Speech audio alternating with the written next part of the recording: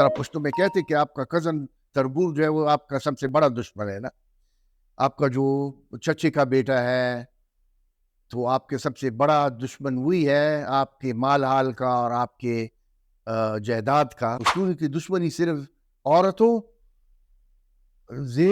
زر یعنی پیسوں پہ اور زمین پہ ہوتا ہے.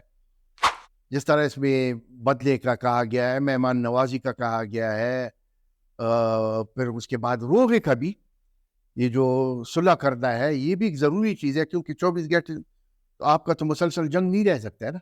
جرگہ تو ویسے ایک ٹرکش ٹرم ہے، یہ ان میں ترکوں سے یہ چیز آئی ہوئی. جس طرح خان کا نام ترک نام ہے، پشتون نام نہیں ہے. نیلے آنکھوں اور بڑے بڑے داڑھی والے جنگی آ کے انہوں نے ہمیں بدھزم سکھایا. تو اس طرح بہت سارے لوگ پشاور سے گئے تھے. لوکاسینا ایک پٹھان ایرانی بدھسٹ تھا. اس زمانے میں تو پٹھان نہیں کہتے، ایرانی کہتے تھے ان کو. یہاں پہ پشاور میں جہاں پہ پی سی ہوٹل تھا، یہ جو سرینا آج کل ہے، اسی جگہ پہ تو محمود غزنوی اور جائے پال کے افواج لڑے تھے، کیونکہ اس ہوٹل کی کھدائی جب ہو رہی تھی بنیادوں کی. الگوز گیک ٹی وی کی مزید ویڈیوز دیکھنے کے لیے ہمارا چینل سبسکرائب کریں اور بیل آئیکن پریس کریں تاکہ آپ ہماری نئی آنے والی ویڈیوز سے باخبر رہیں. سر، آپ نے پشتون ولی میں ایک بہت اچھی جو مہمان نوازی کے بارے میں آپ نے اس کا آرجن بتایا اور ہمیں اس کے بارے میں تھوڑا ایک علمی اور تحقیقی بات کی. کچھ اور ایسی روایات ہیں جس طرح بدلہ لینا، اس کے اوپر ایک ہم ٹی وی خی کے نام سے ایک ڈرامہ نشر ہوا ہے اسی میں، اور اس سے پہلے ایک اور ڈرامہ بھی ہم نے ٹیلی کاسٹ کیا تھا جو غگ پہ تھا. ان روایات کے بھی تھوڑے سے، جس طرح آپ نے مہمان نوازی کا کہا، تھوڑا سا ان کو بھی اگر آپ ڈیفائن کر دیں. دیکھیے، اس کا جو عمومی نچوڑ ہے ان ساروں کا وہ یہ ہے کہ جتنے بھی روایات ہیں یہ عکاسی کرتے ہیں دشتی زندگی کا، ان کے اوریجنز کا، جو یہ صدیوں سے یہ ایسٹرن ایرانین یا سدھین ٹرائبز دشتوں میں رہ رہے تھے. یہ ساکاز دشتوں میں آپ کا گھر بھی ایک جگہ پہ نہیں ہوتا ہے.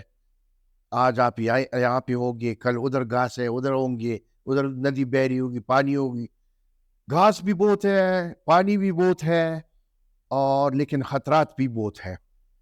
اور جب آپ ایک ایسی جگہ میں رہ رہے ہیں کہ جہاں پہ نہ کوئی عدالت ہو، نہ کوئی حکومت ہو، نہ کوئی پولیس ہو، نہ کوئی کوٹوال ہو، نہ کوئی فوج ہو، بس صرف آپ ہیں اور آپ کے بھائی اور آپ کے کزنز، اور جس طرح پشتوں میں کہتے کہ آپ کا کزن تربور جو ہے وہ آپ کا سب سے بڑا دشمن ہے نا.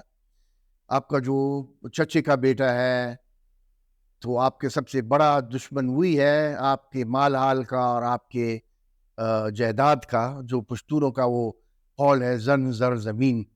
پشتونوں کی دشمنی صرف عورتوں،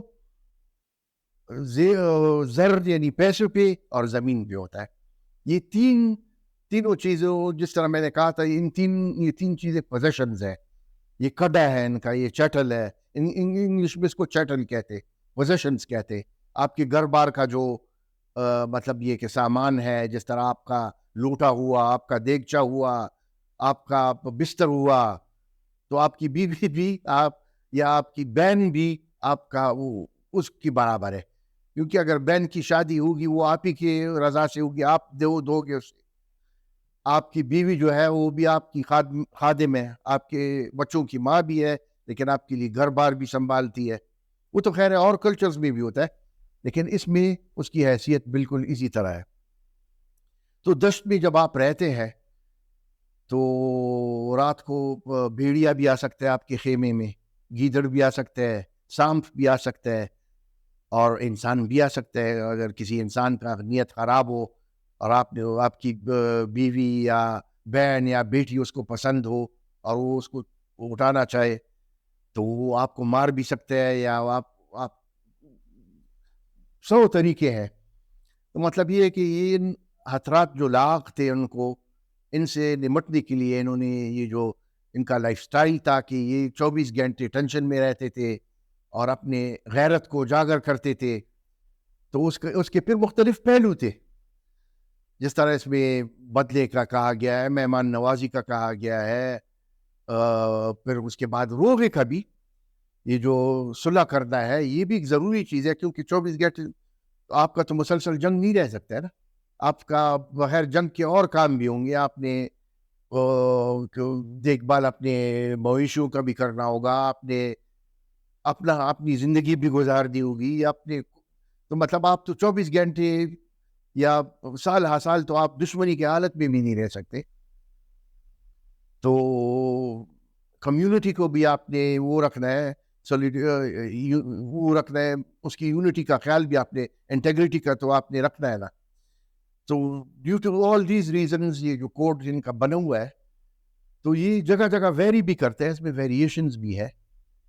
یہ غب جو ہے، مطلب جس طرح آپ نے کہا کہ وہ اگر کسی کو کوئی لڑکی پسند ہے تو وہ آواز کر دیتا ہے، پبلکلی اناؤنسمنٹ وہ کر لیتا ہے کہ بھئی یہ مجھے پسند ہے، یہ میں کروں گا، کوئی اور اگر کرے تو وہ میرا دشمن بن جائے گا. اور یہ ہمارے علاقے میں نے کبھی نہیں سنا ہے اس کا، اور علاقوں میں ہے. یہ برائڈ پرائز جو یہ لیتے ہیں، یہ ولور جسے کہتے ہیں، جو یا یہ خون بہا یا یہ سورا، یہ سارے اسی چیز کے انسیٹلڈ لالس ٹرائبل کلچر کے وہ ہے عکاسی کرتے ہیں.